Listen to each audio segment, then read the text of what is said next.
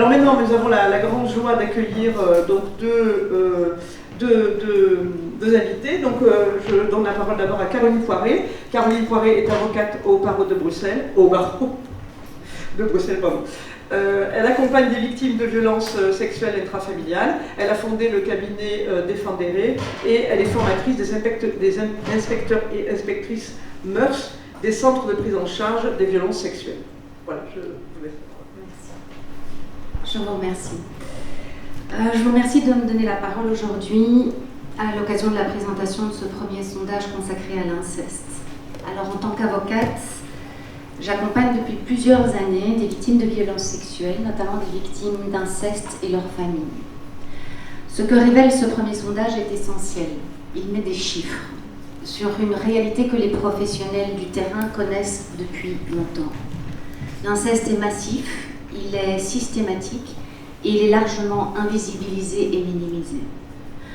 Lorsque la parole d'un enfant révèle des faits d'inceste, nous devrions collectivement considérer cette parole avec sérieux et compétence. Pourtant, trop souvent, la première réaction n'est pas de chercher à comprendre ce que l'enfant a vécu. La première réaction est souvent le doute.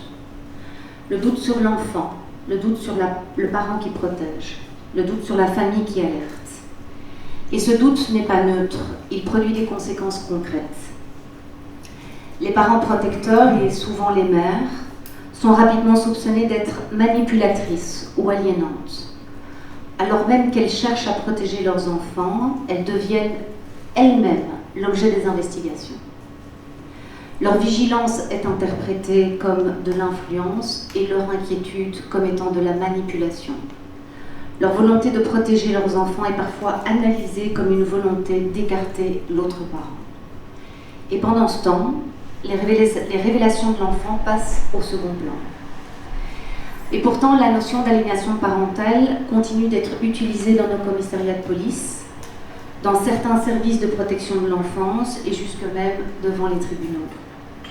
Cette notion continue à influencer l'analyse des situations, alors même qu'elle peut conduire justement à discréditer des signalements de violence et à détourner le regard.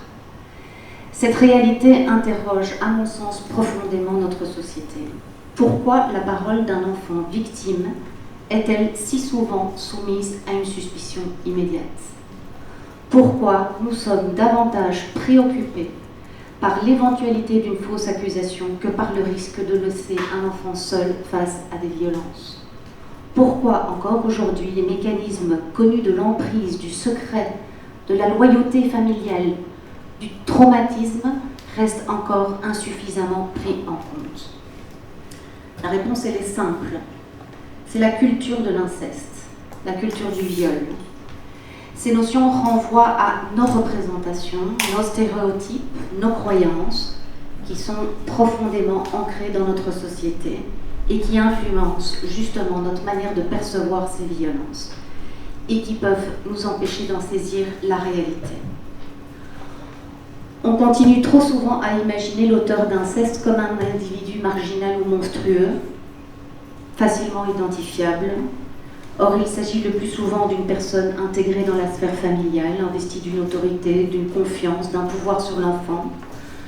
C'est un père, c'est un beau-père, un grand-père, une tante, un oncle, une mère, un frère ou encore un cousin. Nous attendons des victimes d'inceste des révélations linéaires, alors que le traumatisme produit des récits fragmentés. Nous attendons des comportements cohérents, alors que les réactions des victimes incestées sont multiples. Et nous cherchons, dans le cadre de la procédure judiciaire, des preuves parfaites dans des infractions qui se déroulent le plus souvent dans le secret, sans témoin et parfois pendant des années. C'est pourquoi la question de la formation est absolument centrale. Nous ne pouvons pas attendre des institutions qu'elles détectent en fait correctement ces violences sexuelles intrafamiliales si les professionnels ne sont pas formés et n'ont pas une connaissance approfondie, et je dis bien approfondie, des mécanismes spécifiques de ces violences. La formation doit concerner l'ensemble de la chaîne institutionnelle, les acteurs et les actrices de première ligne, les policiers, les magistrats, les avocats, les experts psychologues, les psychiatres, les professionnels de la protection de l'enfance. L'inceste ne peut pas et ne peut plus être appréhendé comme étant un contentieux ordinaire, tant il implique des mécanismes psychotraumatiques, familiaux et relationnels complexes. Il y a selon moi un autre enjeu fondamental dont on parle encore trop peu, la place de l'enfant, notamment dans le cadre de la procédure judiciaire. L'enfant est traité comme un objet de la procédure plutôt que comme un sujet de droit. On parle de lui, on débat de lui, on produit des rapports sur lui, mais l'écoute-t-on suffisamment ? Nous semblons parfois plus préoccupés par l'impact de la procédure judiciaire que par les violences que l'enfant a subies. Nous ne pouvons pas utiliser la protection de l'enfant comme argument pour éviter d'entendre ce qu'il a à dire. Un enfant n'est pas seulement un élément d'un dossier, il est une personne, il est un sujet de droit. Et c'est pour cette raison que ce sondage est indispensable.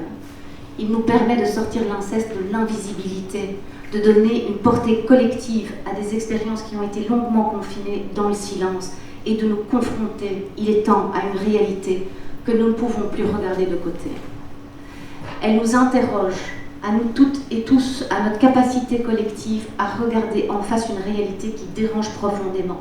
Pourquoi ? Parce que l'inceste remet tout simplement en cause nos représentations de la famille. Il remet en cause notre besoin de croire que certains espaces seraient naturellement protecteurs. C'est pourquoi la lutte contre l'inceste exige davantage d'une réponse pénale.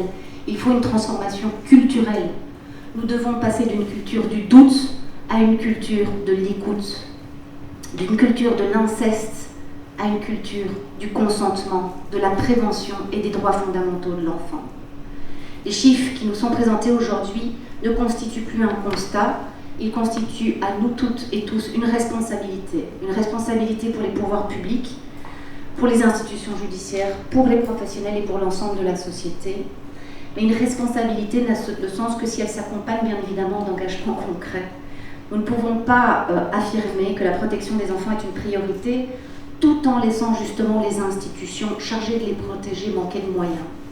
Protéger les enfants victimes d'inceste, ça suppose aussi, et nous le revendiquons, de donner à la justice les ressources humaines, financières et matérielles nécessaires pour enquêter dans des délais raisonnables, pour entendre les victimes dans de bonnes conditions, pour former les professionnels et pour garantir un accompagnement adapté tout au long de la procédure.